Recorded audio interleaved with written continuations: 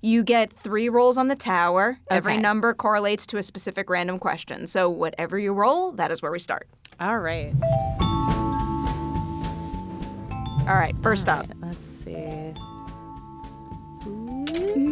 In here. Oh, in there. Oh my. Oh, so it comes out. I'm always okay. just really curious to see who knows. I'm not like a big like board game or D&D player, so like I'm like, yeah, the dice. I'll Like, always be honest. I probably would have done the same thing before getting the tower for ladies' night. yeah, so I will would not say have the known. tower is very cool. What does it say? It's a 2. 2 is called taking a movie home. I love this question. What is the very first time you remember taking a movie home with you? Like a horror movie that kept you up at night, a movie toy you had to have, something like that. Oh, that's a good one. Honestly, the first one that comes to mind is The Ring. That one messed me up really bad. There's still parts of that movie I can't watch. I love how my brain got hooked on the toy part, and I'm like, there's toys for The Ring? Where do I get one? Yeah, no. It was just in terms of when I was part of it, like one that like haunts you, like you're just like you're thinking about it afterward for like ever. Yeah, that for me it was that because I was very slow to my introduction into horror, which now I love horror. It's one of my favorite genres. But as a kid, I was very like sheltered myself, and so my slow, gradual, introduction into horror was non-horror movies. Like I saw the War of the Worlds movie, which I really loved, by the Steven Spielberg one, and I saw Pirates of the Caribbean, which like isn't a horror movie, but it's like it's got the scary stuff in it. There's some pretty horrific moments in War of the Worlds. Exactly. Yeah, that one the was basement closer. sequence in particular, like freaked me out a little bit. So good. Yeah, and I still to this day really love that movie, and it's like beautiful. It's got beautiful score and everything. But yeah, The Ring was like the first like true horror movie, and I was so like. When you say like bringing it home with like there's like this 2-second shot where you see the girl that was like petrified or like how she died in like the closet, and that I can't see it. I will see a gif of it and I'll go, oh my god, no, I can't do it. Like, so that one is the first like memory I have of like one that like I was like I had nightmares and I just like carried it with me. I'll take that. I'm a horror lover. Yeah. I love those kinds of memories. Mm-hmm. All right, second roll on the tower now. I'll use my right arm this time. See if that's a better roll. Ooh, yes, it came out. Number 8. Oh, here's a good one. I mean, this is a pretty easy one. It's Hazbin songs. What is the particular song from season 1 that you find stuck in your head most often? Oh man, that's a good one. It was funny because it depended on the stage of production, because like it's kind of my job to listen to these songs ad nauseum. So all of them will get stuck in my head because I remember a very specific like moment of the production where we had like a specific line or whatever. Because I know the one I'll go with though, because it's funny, is just the start of Respectless, where Carmilla comes in like, you better show some respect. Like we used to like do that all the time. Like we would and on the crew like we would like quote it back, like everyone, and it is a feeling being in a room full of people all singing like no one speaks to Zestial that way. Like it's really fun. So I love that one. And then like probably more like classic melody, I would say like Loser Baby is just fantastic on that. Seems to be like a big fan favorite. Yeah, that one is so just a strong song. It's so fun to sing. It's so like iconic, and the melody is really catchy. It's like it's a high quality song. I feel like it's just like it is relatable for every, like, who hasn't felt like a loser? Yeah. And who doesn't find that kind of warmth in someone else saying like, we're losers together? Yeah, I love songs that can kind of celebrate that, we all have shit we've been through, and we all kind of are losers in like our own way, but like that's kind of what makes us all united in a way. And I like celebrating stuff like that. I think it's a fun message for the song. I'm always here for that. All right, you have one more roll on the tower. Awesome. Let's see where we end up. All right.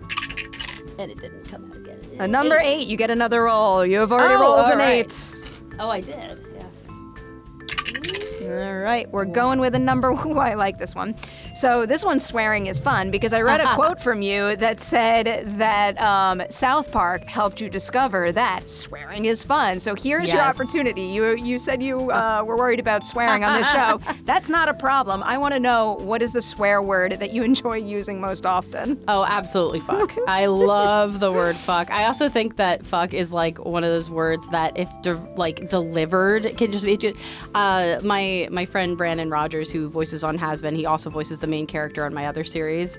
And the way he goes, fuck! And I'm just like, I love that. Like, it's such a weird way of saying it. And I love it because I feel like almost every character on Hazbin says fuck at some point, and every single time it sounds different because everyone delivers it differently. And I just love that about that word. I just think it's really funny. Hello, everyone. Welcome back for another Collider Ladies Night with Vivienne Medrano. I don't know if I should be mad at you, if I should thank you. I think it's a little of everything because I should be watching so many other films and shows right now. I can't stop watching Hazbin Hotel. Well, you're welcome and also sorry. Yeah, I'll take that. We'll get into it, but seriously, congratulations. It's something else. Like, my brain cannot compute how a creative mind comes up with those types of things. And then also basically scouring YouTube for, I don't know, things like convention panels and seeing all of you interact with the fans and what this has meant to the fan base. It really is something like next level special. So I hope you're very proud of what you've done. I'm so proud of it. It's surreal. Like, as someone who really eats, sleeps, and breathes this show and has to make the original pilot and then to make season 1, like, and just, now making the second season, it's like, it's my world. And so to have the fandom be like as in love with this world as me and like as passionate, and to know that all the hard work pays off because they notice everything and they see, it's really, really gratifying. I love it. It's unreal every time I go to a con. They notice everything. They come up with the best fan fiction and fill in all the blanks in the most interesting ways that like I can't believe. I can't believe how creative you are and how creative the people that are drawn to the show are. Yeah, it's the coolest thing. Like, some of the cool, like, we've had fan music, like fan songs, like amazing cosplays, fan fiction, fan art. That's like incredible, like museum level, like art that comes out of it. It's insane. It's so cool. Generally, the question that we always start with here, I'm switching it up a little for you because I feel like most of the time I do have actors on the show, and you are in a different lane in this industry. So what is the movie you saw, the personal experience you had, you name it, that first made you say to yourself, I have to be in, now I'm rewording it on the spot, I have to be in like film or television or maybe animation specifically? For me, really, it was when I was really young, I really wanted to go into something to do with animals. I've always loved animals. I really love, like, just the way they move, the way they, like, act. Like, I've always been fascinated with, like, just how animal behavior is. So I was thinking maybe going into, like, zookeeping or animal training or something like that when I was really little. And then, but I also loved cartoons and I would draw constantly. And having ADHD as a child, like, it was like my constant thing of, like, not paying attention and drawing. And very early on, when I would watch, like, the animated movies that I had on, at home, the VHSs, we would pause them. And I kind of started to notice that, like, oh, this is a different, like, I knew what drawing was because I was already drawing as a kid, but I kind of started to notice that it was a new drawing every time. And I kind of pieced together what animation was very early on. And I kind of connected with the movie Bambi because I grew up on the East Coast. So there's been, there's a lot of deer and there's a lot of things. So I've always loved deer and how they move and just being around them. So seeing a movie where I was like, that's a cartoon deer. It doesn't look, it looks different than a normal one, but it moves like the real one. You can do that? Like, whoa. And it kind of blew my mind. And I went, wait, I can combine my love of animals with my love of drawing and with cartoons. And that's how I led myself to specifically animation.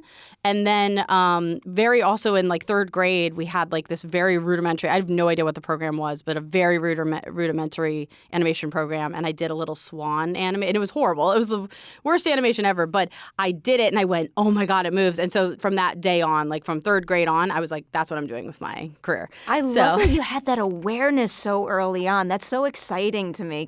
Like, I'll never forget forget, it's like my favorite movies of all time are Jurassic Park and Scream, but I also... Jurassic Park's my top as well. I love that one. Smart. Yes. We're same wavelength. I approve of this. But I always remember, obviously, like losing myself in the entertainment of those movies, but also those being some of the first times I ever registered movie magic, and the fact that like people created these things from nothing and made me believe that they were real. And it's just like such a cool feeling to process for the first time. It is. Jurassic Park was a big one for me because even though I'm not a CG artist, it was like the creature effects in that were phenomenal. And they still are like some of my favorite ever. And dinosaurs are also really big for me too. So I was like, oh my God, it's real. Like, yeah, when like the movie magic, like you said, I was so like, it's like those are real. That's what dinosaurs look like. One of my greatest joys is seeing my niece and nephews play with my old Jurassic toys from the 90s. I'm like, this is what it's all about. They were better. They were the better toys, I think. I feel like a lot of the 90s toys were the better toys. Yeah. And also because back then, like, kids used to play with the toys rather than watching YouTube videos of other people playing with the toys or putting them on the I shelf. stress out every time I see them watching these videos. I'm like, why don't you want the toy yourself? I can't. Going back to the beginning for you, I am curious, do you remember the specific moment when you kind of pinpointed what your animation style was? Where, like, you said to yourself, I'm most drawn to, like, horror maybe, and my character's looking this way. That's an interesting one because I feel like my style kind of grew very organically because it's I know it's DNA and then based on the DNA I know what kind of flourishes I've like only added to it. But I remember my earliest styles that I would draw in, funny enough, was a combination of like the Garfield style, like the comic book style of Garfield, because I really loved the Garfield and Friends cartoon and just the comic books and stuff, with Invader Zim, which is the weirdest combination ever. And then Invader Zim is still one of my favorite animated shows ever, and it had a huge influence on me in terms of style. So then there was a while where that was kind of one of my biggest soul influences was like Jonan Vasquez's style from like Zim and Johnny the Homicidal Maniac. And I had this conscious moment where I went, I'm just drawing in his style. I need to do more to my style to make it not just an offshoot of Jonan Vasquez. So that I purposely started to inject other styles that I loved. So I also have always loved how Bruce Timm draws women and like the Batman animated series. And I always loved how Jorge Gutierrez does these like amazing like eyelashes and these huge like intricate designs. And I've always loved like the kind of shape language of Tim Burton and things like that. So throwing all that in there, and then also like I love Warner Brothers. I love like the Looney Tunes, and there's a really expressive style there. And then Disney with their really fluid style. So like if you put all that stuff in a blender, I think it turns into like kind of what my style looks like. And I did that intentionally because I wanted as many things that are so vastly different as possible, so that. But those are all things that mean something to me and that I love, and there's something from there that really influences me, and I think that's what can create my voice and my style. And then a little bit of stuff is just the other self-indulgent things I like, just my design sense and my color sense and things like that, and I think that turned into what the style is, really. I love how when you were listing things off, I could be like, yeah, I see that. Yeah, exactly. It's like, wait, that, yes, I see that now. Yeah. So you've got your own unique style, and it feels to me like you've really carved your own unique path in this business too, which I think is very exciting, but it makes me curious about this. When you first decided you wanted to get into this industry, what did you picture making it to look like for you? It keeps getting like a bar keeps being added because I keep being like, I made it. And then a new thing will happen and I'm like, I made it now. And so I think the first making it was hitting 1 million views on YouTube, just because that was so and that was something I hit when I was younger. I did a music video for fun and I hit 1 million views and I was like, whoa. But for Hazbin, I think honestly, it was my first con appearance, and it was having people in the room, like filling a room, like who were dressed in and who were there to see me talk about the show. That was for real, like for Hazbin's journey, that was my first like feeling of making it. And since then it's just been constantly, it'll be like, oh, working with Keith David is making it, getting a Streamy is making it, getting a Queerty is making, like there's all these like new stages of making it. Getting the show made actually was another one, like getting season 1. I was like, I made it. This is the dream of so many artists. There's so many animators and artists who that's their dream, is to have a show made, and it's so hard to do. And I was like, oh my god, I did it. And then getting season 2, and so it's just a constant state of like making it. Like I still feel like I haven't made it at this point, because I know there's going to be another made it moment, but I've made it 5 times over. I want you to have the satisfaction of knowing you made it, but I also never want that feeling to go away, because I don't know, the possibilities just seem endless. They seem endless. I will always feel like I made it because I'm this far. Like, you know what I mean? But like there's going to be another moment where I'm like, I made it again, yeah. Keep those coming. I believe you will. I asked Erica a similar question when she was in, because one of the things in this industry that fascinates me most is when someone chooses to study an art in a formal setting, in a school setting. And you went to SVA and you got a BFA there. What is something you learned in that program that you still find yourself using today as an artist? But then also, what is something that all the schooling in the world never would have prepared you for when you jumped into your first professional production? That's a good question. I'm a big advocate for, because I know, like, especially in the world we're living in now with how expensive school is and how accessible the internet is with lessons and with tutorials and with and there's access to more programs and things like that. So I don't feel like it's a crucial, like you need to do it, but I think there's pros and cons to whatever path you take. And for me, I'm very happy I went to school. I think it gave me an enormous amount of time and access to professors who, their goal was to try to get me better and to challenge me. And I also appreciated the time in New York City and kind of being on my own and like learning and just being independent and getting, and I that's where I got access to live theater, which was a huge influence on me. School teaches you a lot of amazing things, or at least where I went, and for animation specifically, it teaches you how to make a film, how to like do all that. But what it doesn't really teach you is how to do a bigger independent project, like have contracts, like have NDAs, like deal with the union for voice acting, things like that. All these things. And not knowing some of those things led to very early mistakes. Like I remember my first venture into wanting to do an independent project, I fell in with a scam production company because I was like, I just need someone to set me up with like SAG so I can have certain voice actors in the show. And they were like, yeah, we can do that. And then just like siphoned off like money from me for like an entire year. And that's actually what led to Hazbin. So it's a very happy accident because I was trying to make something else. I was trying to make like a different little thing. And then I fell in with that company that I will not name, and it went really bad. And then I was left with just all of my savings, and I went, you know what? I'm just going to put all this towards because I think that project was more like me trying to do something like out of school. Like I was like, I'm going to make like an artsy thing, right? And then I was like, you know what? I'm just going to make something with these characters that I love, that I've always wanted to. And obviously that worked out. So I feel like everything happens for a reason in a way. And so I feel like me learning that lesson made me more like, I was like, okay, I'm going to go through the right channels and I'm going to learn about this process and about this industry more.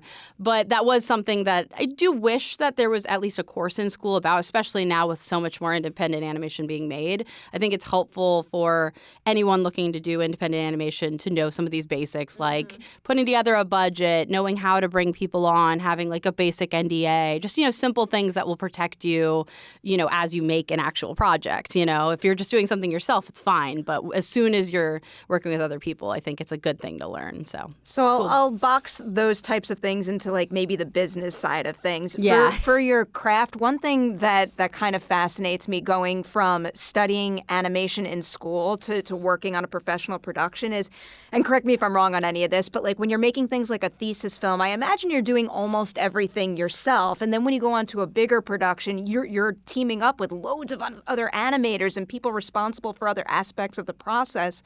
What was it like for you, I guess, becoming not necessarily hands-on and fully in control, but kind of like a lead or guiding all these other artists? I love it. I fell in love with that. That was something that I actually discovered because, I went to school for animation and being an animator, and I'd done so many independent animations myself, like, my thesis film. I did have a couple people helping me, but mostly with like color and kind of like, and that's kind of what a thesis film is. You get like underclassmen to help you, and it's kind of like a pseudo team effort, but it's mostly for you. It's mostly your showcase. But I got like, the tiniest taste of working with other people on that in like a very small degree. And then when it came to making the pilot for Hazbin, it was so different because it was working with a team of people that actually grew to be very, very big. And now with my studio, I have a massive amount of people, and I really fell in love with it. I fell in love with being a director because I love like seeing somebody take something and make it better than I ever could. And I feel like that's a feeling that I cherish because I know there's a lot of creators that really want to have their hands on. And there's, sometimes I'll have a vision and I'll be like, this is something, but that's when I'll try to help by like doing a thumbnail or doing like a draw over or something when there's something specific, since I can do that and I can help in that way. But for the most part, I'll see something come through that's infinitely better than anything I could have done. And that's like the best feeling ever because I'm like, wow, my characters are being so taken care of. And a lot of the artists are just as passionate about the show as me. And so it's like, I loved it. I love that feeling. And so now I'm actually less of an animator and I'm more of that person. And I wouldn't trade it for anything. Like every leader on a project should have that quality, thinking like, how is everyone I'm working with going to elevate my idea? That is just like the core of a strong production. Going into the Hazbin pilot, talking about the characters specifically, of all of the main characters you came up with, who came to you the easiest, where like they appeared in your mind fully formed, but then I also want to know which one took the most development in order to get right? That's a good question because a lot of them came together pretty fast, but in different forms. Like Alistair, I've had since like middle school, like the earliest iterations, and then the most kind of what he is now kind of came about in like late high school, like through college. But he stayed pretty the same throughout. It was more just his design. He started as like a deer, just like the animal, but he was evil and was like a cannibal deer. And then it turned into like a cannibal, like magical deer, and then it was like a evil demon deer, and then I became the shapeshifter into like the human form, who also was a deer, and then finally he ended up being a demon who looks kind of like a deer and has deer aspects because of a backstory I gave him, and so he stayed the same though character-wise. Like he was always kind of this trickster, kind of edgy, kind of just what you'd think of when you think of a high schooler's character. and he was able to maintain that, and that's why it's so special that I think he's so beloved, because I'm like, he taps into that like classic like teenage girl, like this is the coolest character ever, So I think I think he's the most consistent. I think the one that came the most realized was Charlie. There was early iterations of Charlie that were like very different, but this version of Charlie came very like, that was her design. That was how her personality was. And she was the most like just cohesive one. And then, all of the like Angel is another one that came pretty close. He was very different in terms of personality. I think he was a little bit more one note when I first made him. And so all his nuance and his story and his like emotion came a little bit later, but that's what really locked it in and made him right. Did you have a break story moment on the full season 1? Like an idea you came up with along the way that made you think like I have not just this pilot idea that we can expand into a full, not even just season, but I'll get to this later, a series too, because I imagine you have to have a larger roadmap when you're pitching a show. Oh yeah. So when I was making the pilot took about 2 years or like 2.5 years to make that original 30-minute pilot, which is kind of crazy actually, because that's an impressive, really, independently made pilot. Like I couldn't believe when I watched that for the first time. Thank you so much. Yeah, no, I'm very proud of it. It was a huge labor of love, And with that, though, during that time, my brain can't ever stop. And I feel like I'm kind of a creative shark. I just have to keep moving. And with that, it was like, well, where does the story go? Like, where will episode 2 lead? You know, what will it be? So I was already starting to think about that. And through that, I actually came up with the whole overall story of the whole series, and obviously I'm really hoping we get there, and I'm very excited because there's a lot that can change, but I know the twists, I know the middle, and I know the end, and I know obviously the beginning now. And so what's really cool about season 1 was that was the story I wanted for season 1, and there's a couple episodes also that made it from those really early stages. One of them was the first episode was the reintroduction. I knew I wanted it to be like them, like the introduction of, like, you know, Adam and the kind of this season's arc, but also the side plot being them making the commercial. Like, I just knew I wanted that to be what the first episode was. And then the other one was Masquerade, which is the episode about Angel. I knew that one existed. So those are the two that, like, as early on as making the pilot, I was like, these two stories exist in season 1. I have so many series questions, but I'll pocket them. I'll play nice for a little longer here. So you've clearly been working on these characters, this concept for a very long time. A24 comes along. How did that arrangement first happen, and what was it about the team over there that made you think, like, one, I can trust them with my baby, but also they could kind of elevate and bolster it in a way that, you know, makes me feel safe and supported? I think, honestly, they came in with this, like, amazing, like, deal just right off the bat that was, like, putting me so much in control and ownership, and I just, you know, based on their work, you know, the things that they've produced were so creator friendly and willing to take risks and things like that. And I felt like it was a good fit. I felt like if anyone was going to take these risks with me, it would be them. And also just the amount of faith and goodwill they put forward right off the bat without any negotiation was really, like, just amazing. And it was really, I think that really put a lot of trust there. And so I really appreciated them. And I think that they were, you know, even speaking of Masquerade, there was visual, you know, like, kind of content in that hasn't really been done in that way in animation really before, and at least in TV, like on the West. So it was like having them, like, not only support that, but, like, allow for it was really a big deal to me, because I was like, I think this is the honesty that I want the show to show. And while it is a very lighthearted, whimsical show for the most part, I want it to have those really visceral moments.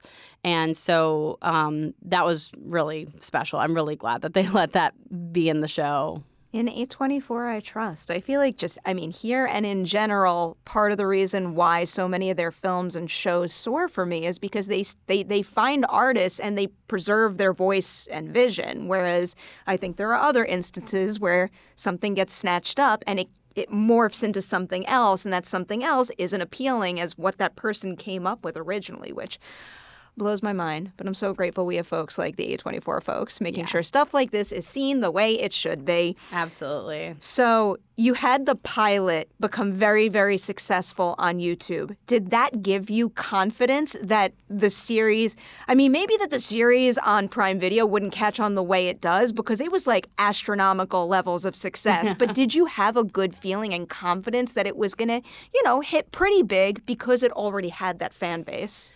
I was hopeful, but I was terrified, mostly because, the pilot was so beloved, and it had so many views, and it had this huge fan base. And then, it took us a while to make season 1. Like, it was, animation takes a really long time, and there was also just the process of it finding a home and all the kind of, like, nitty-gritty of an animated show. So I was really worried because, I felt so good. I was, like, very proud of season 1. I was like, this music is incredible. We're putting our all into the visuals. We're putting our all into making this as tight a story as possible, because it was also a challenge to fit that narrative that I wanted to tell in season 1 into, the 8 episodes at 22 minutes with these massive songs and everything. So it was a challenge on a technical level, but I was so proud of how it turned out. But, we were all sitting on it. Nobody had seen it. The fans hadn't seen it. There was impatience and there was excitement and there was anticipation and all these expectations. And I was kind of like, oh my God, please. I hope that this lives up to, the hype and the wait and everything. And the fact that it did for people I was like, thank.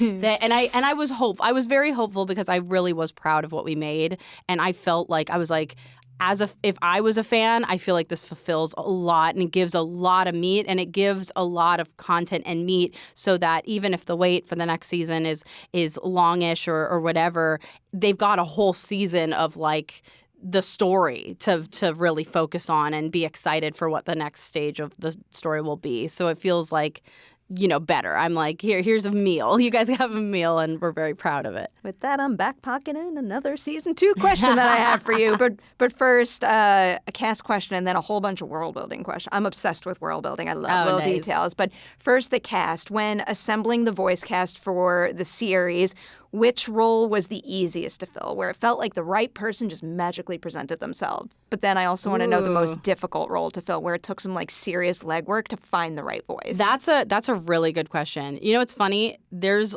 like 3 amazing just perfect role ones in there, and for me it was, Erica just is so perfect. Like she just kind of embodies Charlie. Mm-hmm. And I didn't know that about her before she was cast, but like now knowing her, I'm like, she literally embodies Charlie, which is incredible. And she brings that energy to the performance. And she's always down to do all the crazy eccentric things that, is asked of Charlie. And with the singing specifically, because that was the main reason that the cast, changed from pilot to series was just due to the musical element. And everything was re-auditioned. But when I heard hers, it was just like, it was just clicked immediately. I was like, she has the range, she has the performance, she has the energy, she has the just everything. And so she's definitely perfectly cast, in my opinion. And another one was Amir, because the challenge with Alistair was that I created him to a song. So, when it came to the pilot, we had incredible actors, but we had 2 separate kind of actors playing the singing and the acting because I was very particular about what the singing sounded like. And when it came to that, there's always like a part of you that's like knows that it's not quite there, or that you're like maybe there's another voice out there. And so when we came to the audition for Alistair, I had actually seen Amir's. I saw a video of him singing the song that I based Alistair on like a bootleg, performance of him on stage singing it. And I remember I was like, I hope this guy's a voice actor, please, because I want him to read so bad for this role.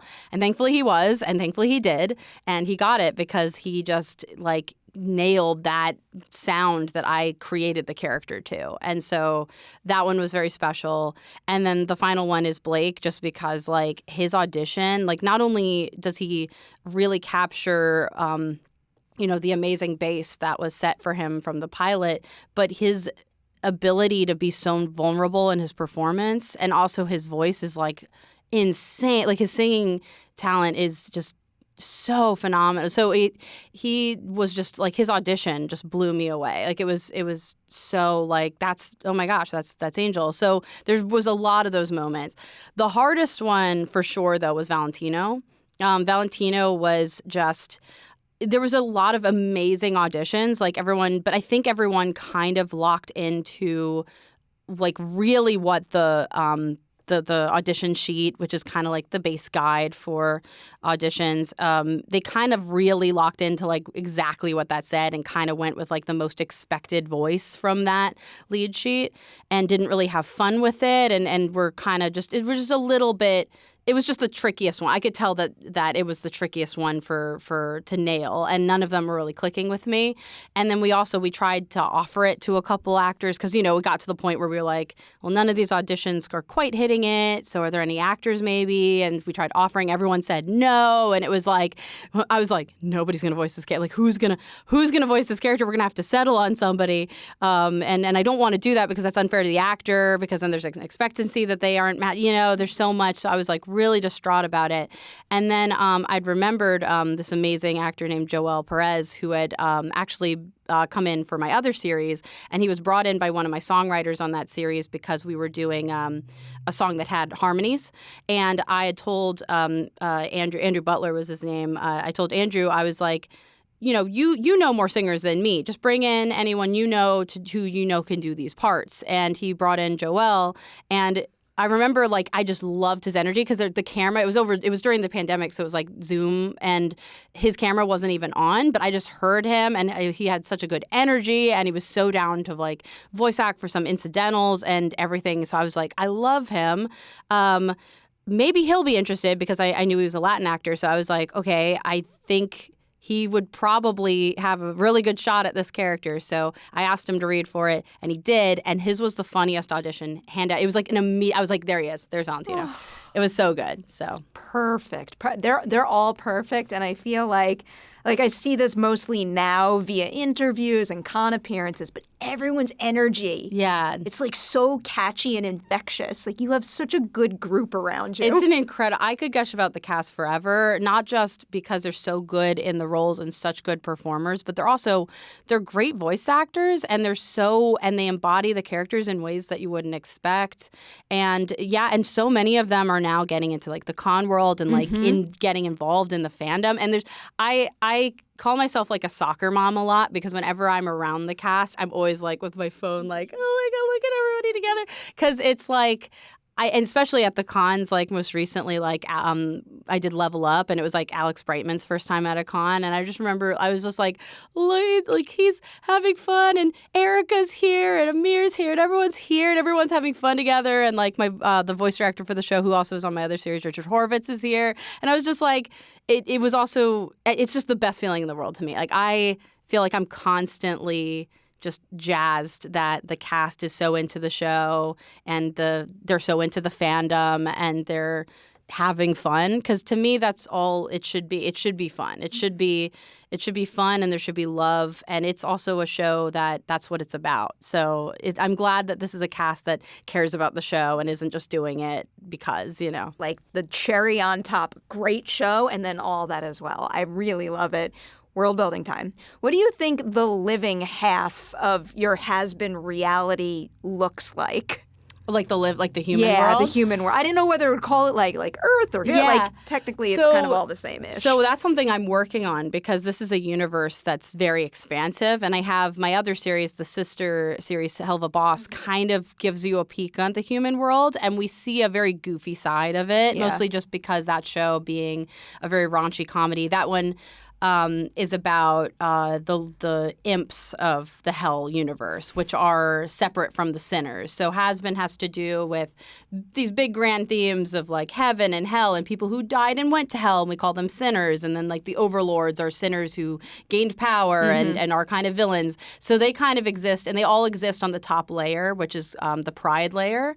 But the whole hell universe is kind of like a layered cake where each different layer down is the different sins. And we explore that more in my other series. So that's kind of how I keep them separate, because I'm like, well, we'll never go to like lust in Hazbin because they can't. So, but we can in Helluva Boss, so we do that.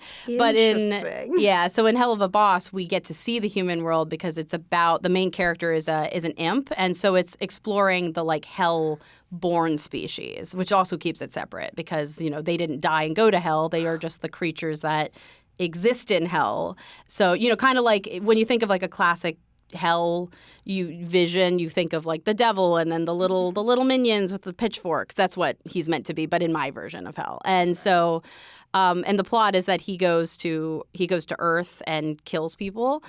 So we get the smallest glimpse kind of from the demon perspective, because from his perspective, humanity is kind of dumb and kind of like they all show up in hell eventually. So it doesn't really matter if you kill them because they're either going to go up or they're going to go down. And so it's not really seen as a bad thing. And it's that show is very from that perspective. So when you see the human world, it's kind of exaggerated and zany and cartoony, but there's a part of me that is developing it wider than that, because I feel like there's also a real grittiness. And I think Hazbin will get into that more gritty side, I think, of the human world, because we're dealing with the characters that lived in that world and then died. So I'm really excited for that, because I think it's going to be a different taste of it. Exploding with follow-up questions. The first one that came to mind. So, do you think there's a layer below hell? Like when a soul, a demon is killed in hell, do they go somewhere else or do they just vanish? So there is an answer to that, but Unless it's they definitely ascend. Something that the show will get into, and I'm very excited for that. But yes, there is an answer, but I cannot answer it yet. I'll take that. I'll take the tease of an answer. The other thing that crossed my mind, do you know what every single main character in Hazbin has done in their living life to warrant being in hell? Yes, and I'm very excited because obviously that's something that will slowly unravel over the course of the show. But season 2 will get into a couple of those characters' backstories and kind of why, and I'm very excited for that. Obviously, I love I can't me say some who. backstory.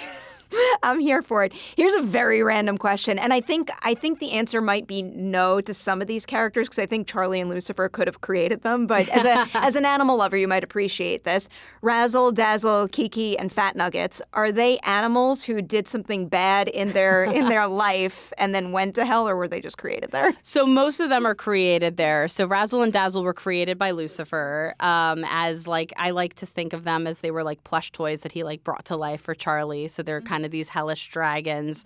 Fat Nuggets is a hellborn hell pig. We show a couple in Helluva Boss just to show they do exist. Okay. And then Kiki is interesting because she is technically a manifestation of the hotel. We wanted the hotel to kind of have a physical character to represent it, and we're going to try to like show that a little bit more in season 2 visually, because she's just a little bit of a small, she's a literally small character, so it's a little hard to like show her sometimes, but she's meant to represent the key, like that's why she turns into the key and things like that.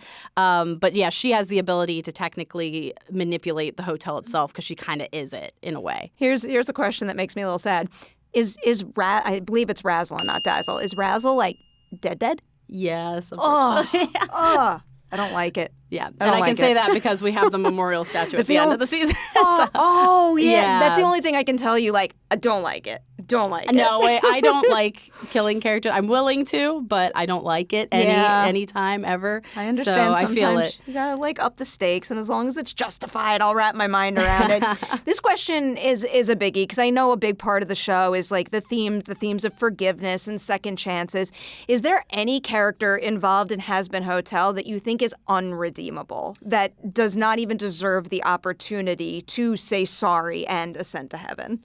I do, and obviously I won't say which ones, but I think what I love about the show is that redeemability is so subjective to each person, and that's something that I feel like, as the show goes, I really want to kind of explore, because it's so personal to people. Like certain people have been wronged by people, and so they're going to view their redeemability different than other people who are outsiders.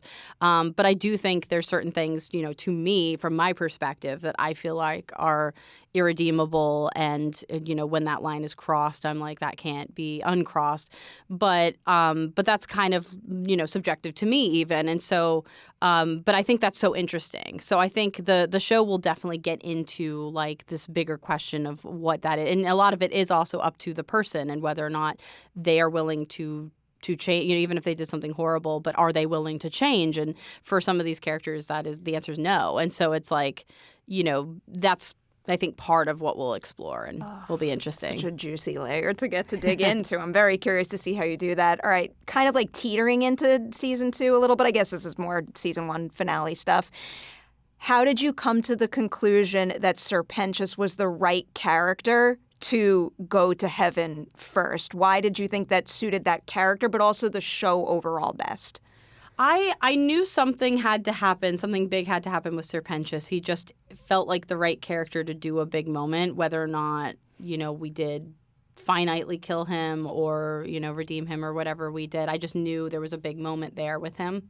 And he made the most sense because obviously I can't get into what he did to be in hell, but I just felt like with that knowledge internally and also with how he's introduced, what his characterization is, and his softness that's so overt, and his kind of progression. We bring him in as a villain, and he's very, very quickly shown to be a softie and to bond with these characters. So it made sense also because I feel like it would have maybe been a little bit more expected to be a character who's more central.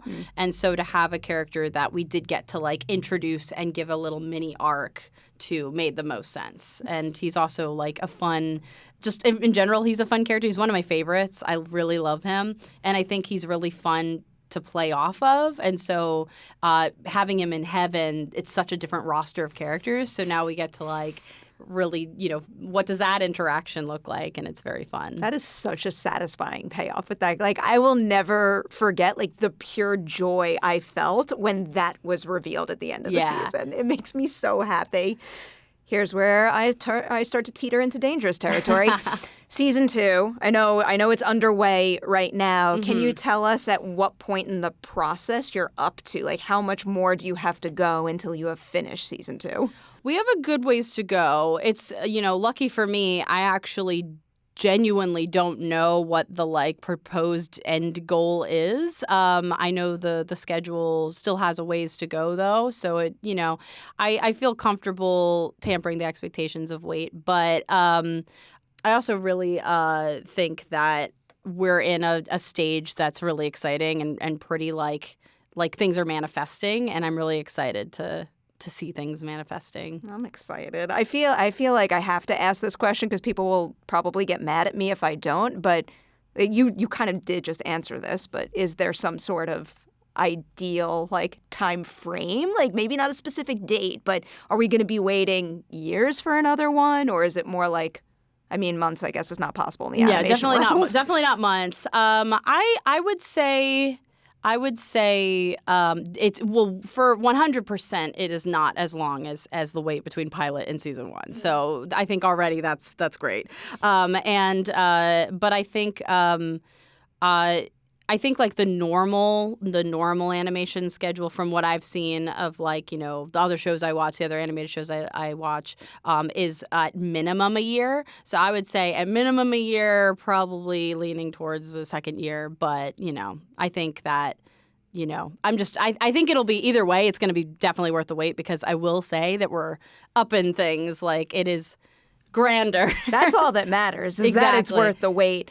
What can you tease about how I guess the tone of the show might change or the themes? Because you want to make a season 2 where you give people more of what they love from season 1, but you want to make sure the show grows and offers something new. Yeah, I definitely feel like season 2 grows in really exciting ways that I'm personally enjoying a lot, and we also are starting to just there's things that in season 1 I really wanted to build up to and have a little bit more of a presence, but just because of how tight it was and how we really wanted to focus on the story we were telling and make it really satisfying, we weren't able to start to build some things. So what I like about season 2 is I think that we are more able to build some things up that could lead to bigger payoffs later down the line. And I just think just in general, we learned so much just on a technical level making this the first season that going into the second season we feel a lot more yeah, let's do this. I'll ask one more obnoxious question before I end on my final ladies night one. If you had your dream scenario play out, how many seasons of Hazbin Hotel would you be making? Oh man, I mean the real answer is as many as they'll give me. Yes, please. forever and ever. I like that. Because there could always be more. It's true. But yeah, I think like, you know, just based on other shows that I love that I feel like had a really good run, I would say, like, you know, BoJack's my favorite series ever, and it got to 6. So I'm just gonna go with that as like my favorite show went to 6, so 6 would be cool. I'll take that. But I will do, you know, I feel like whatever is possible to tell the story in, which I kind of roughly know, and I think, you know, is who knows? I think, you know, anything's possible right now. All right, I like that, and like layers, ever expanding universe. We could have lots of spin-offs. There could be spin-offs. Yeah, I mean, you kind of already have that. There already so I'm just is. speaking There's more so into existence. So many. I mean, what's cool is that there's so many characters, so you could always follow another character into another show, or like with Helluva, it's a different side of the universe, so you could do another show about another side of the universe, and there's so much. And you know, like I said, I'd love to explore what the human world looks like. So there's like something there. There's so much. So it could be forever. I'm here for all of it. All right. So this is the question that Ladies Night always ends on now. It's my favorite question. I feel like people get uncomfortable answering this question, but I think it's important. So in this industry, we give each other awards. Super cool. We should keep doing that. Nobody says good job to themselves nearly enough. I want to know something specific you accomplished in Hazbin Hotel Season 1 that you know you'll always be able to look back on and say, I am so proud of what I did there. That's a good one. Honestly, I'm just really, I mean, maybe it's a cop-out answer, but I'm just so proud of the season as a whole because it was so much blood, sweat, and tears, and like the amount of work to iron out those scripts to make sure they were exactly 22 minutes with these brilliant songs, with as much pacing as we could give, with the story that I wanted to tell. It was such a like daunting task to do that, and I'm so no matter, you know, what, I am very, because I'm also a creator that isn't always good at rewatching my work. Like, we'll finish an episode and I will never go back, like sometimes. And it's not that I don't love it. It's just, you know, sometimes you're like, oh, all the mistakes are there and I'll do better next time, right? And I know there's a lot of creators like that, and I'm kind of like that. And only in the more recent years have I been more able to like look back at my work and be really proud of it. And with Hazbin, the entire season 1 is that. Like, I could go back and watch it at any point, at any stage, and be very, very proud of it because it just went through so much like.